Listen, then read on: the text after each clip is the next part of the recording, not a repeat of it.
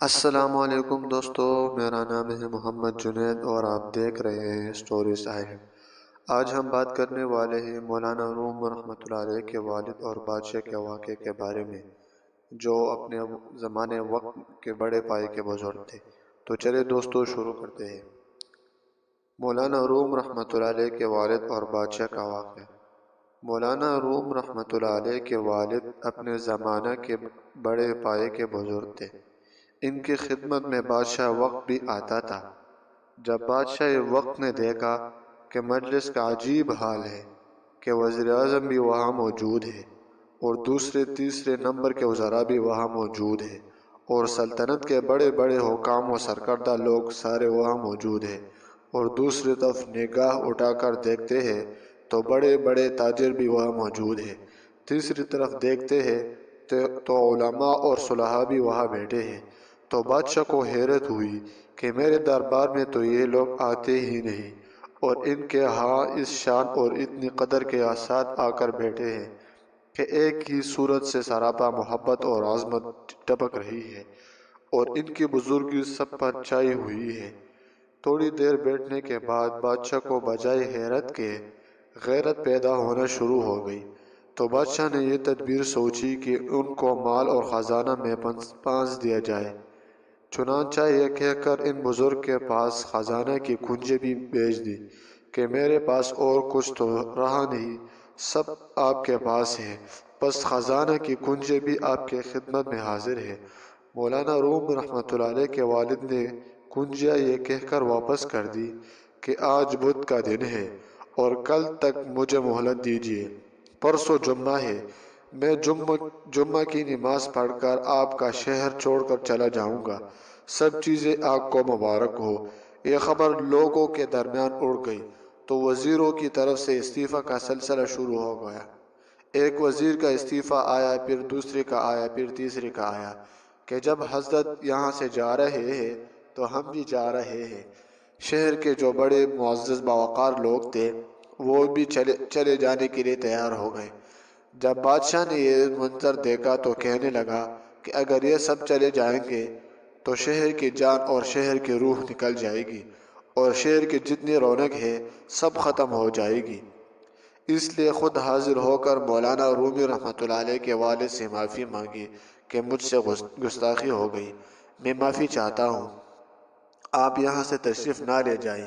یہ سب اس لیے ہوا کہ مولانا روم رحمۃ اللہ علیہ کے والد محترم ہر چیز کو حضور صلی اللہ علیہ وسلم کی محبت کے مقابلے میں قربان کر دیا کرتے تھے۔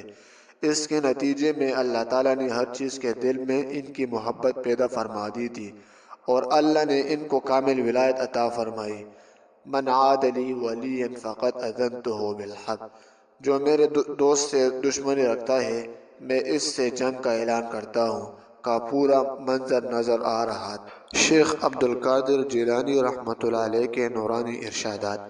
علم کا تقاضا عمل ہے، اگر تم علم پر عمل کرتے تو دنیا سے بھاگتے، کیونکہ علم میں کوئی چیز ایسی نہیں جو حب دنیا پر دلالت کرتی ہو۔ عالم اگر زاہد نہ ہو تو اپنے زمانے والوں پر عذاب ہے۔ مومن اپنے اہل وعیال کو اللہ پر چھوڑتا ہے اور منافق ظلم مال پر۔ اپنی مصیبتوں کو چھپاؤ، اللہ کا قرب حاصل ہوگا۔ بہترین عمل لوگوں کو دینا ہے، لوگوں سے لینا نہیں۔ ظالم اپنے ظلم سے مظلوم کی دنیا خراب کرتا ہے اور اپنی آخرت۔ وہ روزی جس پر شکر نہ ہو اور وہ تنگی جس پر صبر نہ ہو فتنہ ہے۔ جس کو کوئی ایذا نہ پہنچے اس میں کوئی خوبی نہیں۔ مسکینوں کو نہ خوش رکھ کر اللہ تعالیٰ کو راضی رکھنا ممکن نہیں۔ میں ایسے مشائخ کے صحبت میں رہا ہوں کہ میں ان سے کسی ایک کی دانت کی سفیدی میں نے نہیں دیکھی۔ دنیا دار دنیا کے پیچھے دوڑتے ہیں اور دنیا اہل اللہ کے پیچھے۔ حضرت عائشہ رضی اللہ عنہما فقیر کو مال بھی دیتی تھی اور دعا بھی۔ ام المؤمنین حضرت عائشہ صدیقہ رضی اللہ عنہا کے پاس کوئی سائل آتا اور دعائیں دیتا جیسا کہ سائلین کا طریقہ ہے، تو ام المؤمنین بھی اس فقیر کو دعائیں دیتی اور بعد میں جو کچھ خیرات دیتی کسی نے کہا اے ام المؤمنین، آپ سائل کو صدقہ بھی دیتی ہو اور جس طرح وہ آپ کو دعا دیتا ہے اسی طرح آپ بھی دعا دیتی ہو۔ فرمایا کہ اگر میں اس کو دعا نہ دوں اور فقط صدقہ دوں تو اس کا احسان مجھ پر زیادہ رہے، اس لیے کہ دعا صدقے سے کہیں بہتر ہے۔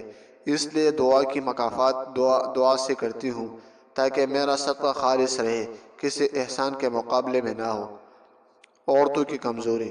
جناب رسول اللہ صلی اللہ علیہ وسلم نے ارشاد فرمایا کہ جب معراج شریف جانا ہوا تو وہاں جنت و جہنم کی بھی سیر کی تو دیکھا کہ جہنم کے عذاب میں جو لوگ مبتلا ہیں ان میں اکثر عورتیں ہیں، اور آپ صلی اللہ علیہ وسلم نے ارشاد فرمایا کہ عورتوں میں وہ دو خامیاں بہت کثرت سے پائی جاتی ہیں جن کی وجہ سے جہنم میں جانا ہوگا۔